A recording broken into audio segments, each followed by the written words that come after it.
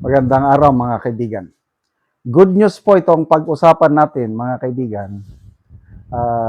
Para sa atin na mga nagmamahal sa mga Duterte. Kasi yung survey numbers ni BP Sara is nami-maintain niya, hindi siya bumababa, pataas pa nga ang kanyang satisfaction rating. At kung paniwalaan natin si Professor Clarita Carlos, yung pahayag niya noon na if the Vice President maintains her numbers, she will be the next president in 2028. Ito, latest survey ng WR Numero Research, isa sa mga credible na research group sa ating bansa. Apat yan. Paulit-ulit kong sinasabi ito WR Numero, Pulse Asia, SWS, at saka Publicus Asia. Pag ito ang naglabas ng survey result nila, to me, maaasahan. Walang bias sa kanilang pagsusurvey. Okay. The poll highlights stark a contrast in performance assessments between the country's top two leaders. The nationwide survey revealed the following breakdown of ratings for both leaders. President Marcos, ang kanyang satisfaction or approval rating is 36%, samantala ang kanyang dissatisfaction rating is 55%, and undecided is 10%. So, makukuha na natin yung net satisfaction rating. 36 minus 55 is negative 19%. Negative pa rin. Ay, nako. Sa lahat ng mga result ng apat na matitinong survey group, talagang negative ang kanya. Si BP Sara, ang kanyang satisfaction rating is 55%, samantala ang kanyang dissatisfaction is 35%, making it a total of, yung net, 55 minus 35 is positive. Net positive, net satisfaction rating positive 20%. Wow! So, i-compare natin nung nakaraan, nung March of 2026, si BP Sara, tumaas ang kanyang satisfaction rating. Nung una is 44% ang kanyang satisfaction rating, ngayon tumaas 55. So hindi lang niya na-maintain, tumaas pa. So ano ngayon? Balikan natin, Professor Clarita Carlos. I don't know how many, early this year, sa isang interview, sabi niya, if the Vice President maintains her numbers, then she can be the next president. Pati sa Pulse Asia survey, March, ang kanyang rating, presidential survey ito itong Pulse Asia, 43% ang voters preference rating niya. That was in March.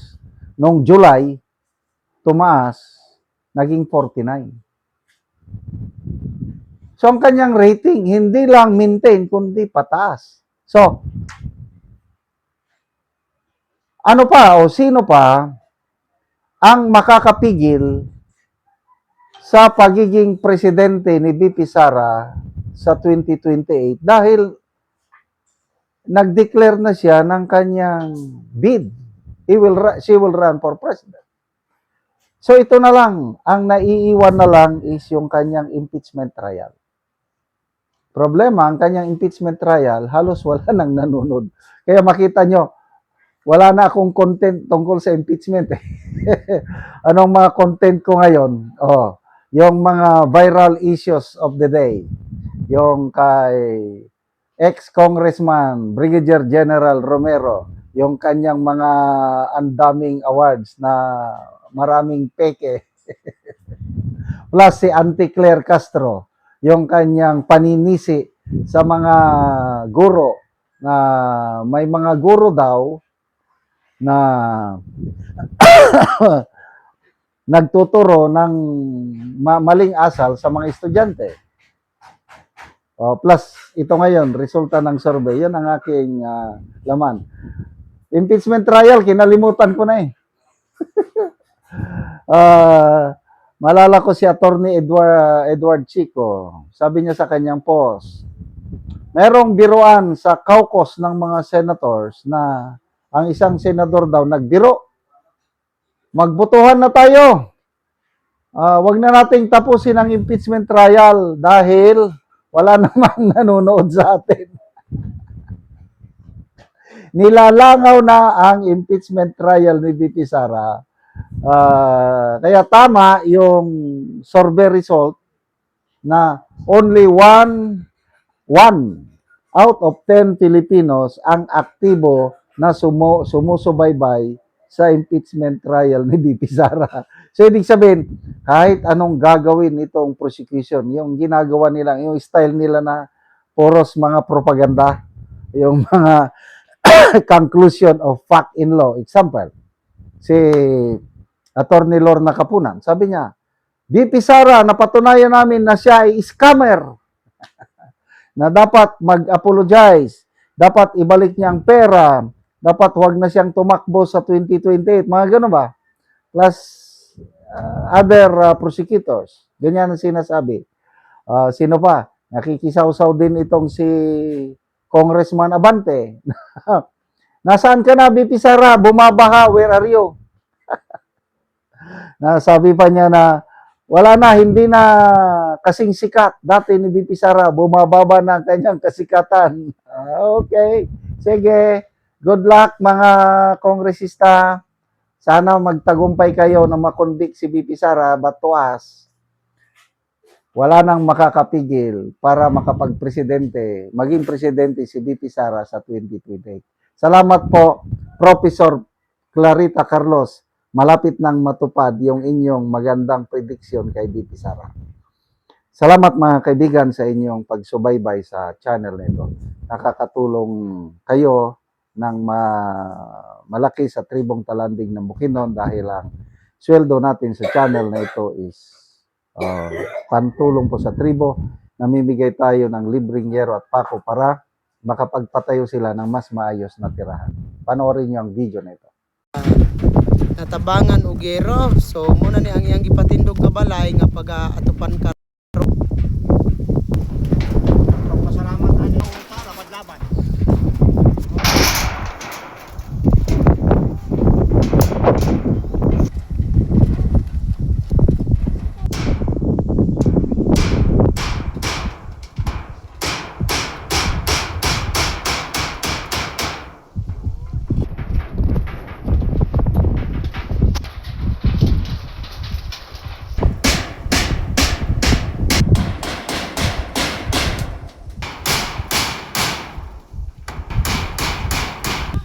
Karon naman na gyud ni atop, so makita gid nato nga nakaatop na gyud.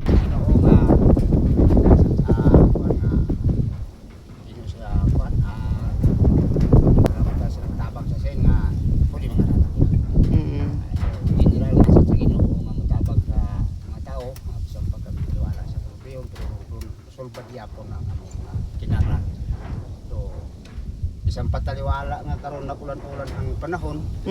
Agpas gid nga kita maka kuman sa atong balay.